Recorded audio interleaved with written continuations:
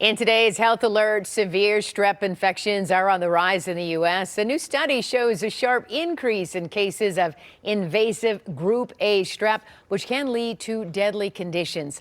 Our chief health editor, Dr. Partha Nandi, is here now to break down that study. And Dr. Nandi, can you tell us how invasive strep infections are different from regular strep throat? Now, this can be a little scary, right? So Carolyn, strep throat is an infection that we all kind of know about.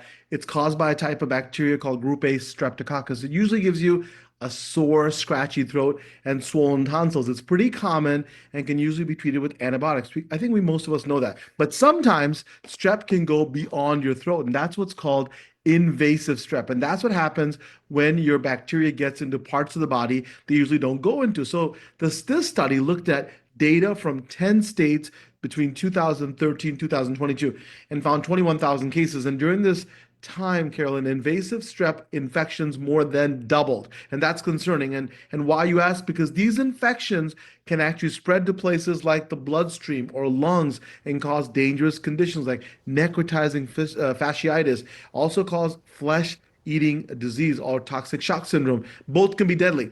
And researchers sadly found that nearly 2,000 deaths occurred during the study period. And when you apply that nationwide, Carolyn, we could be looking at over 10,000 deaths. Wow, that's really scary to hear those numbers. Do we know why there's a rise in serious strep infections and who's most at risk for it?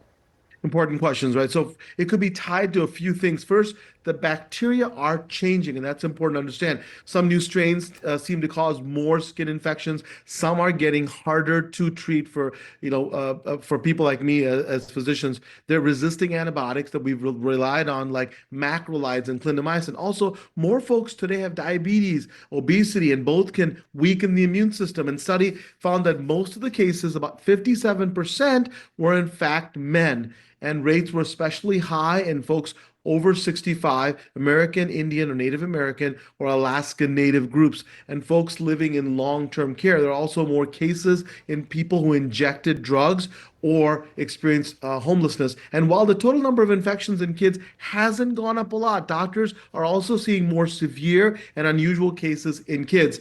So what we really need is more research, Carolyn, to understand why this is happening and whether these new strains are more dangerous. Bottom line is this: even common infections can turn serious. So if you're not feeling well, do not wait, right? Get in and get checked out so we can treat you early. Yeah, you got to get tested for strep throat early. So certainly good advice. Thank you so much, Dr. Nandi, as always, for your medical expertise. And if you have a health question for Dr. Nandi, you can email him at drnandi@askdrnandi.com, or you can send it to us on Facebook or on X. So very important. Rexy.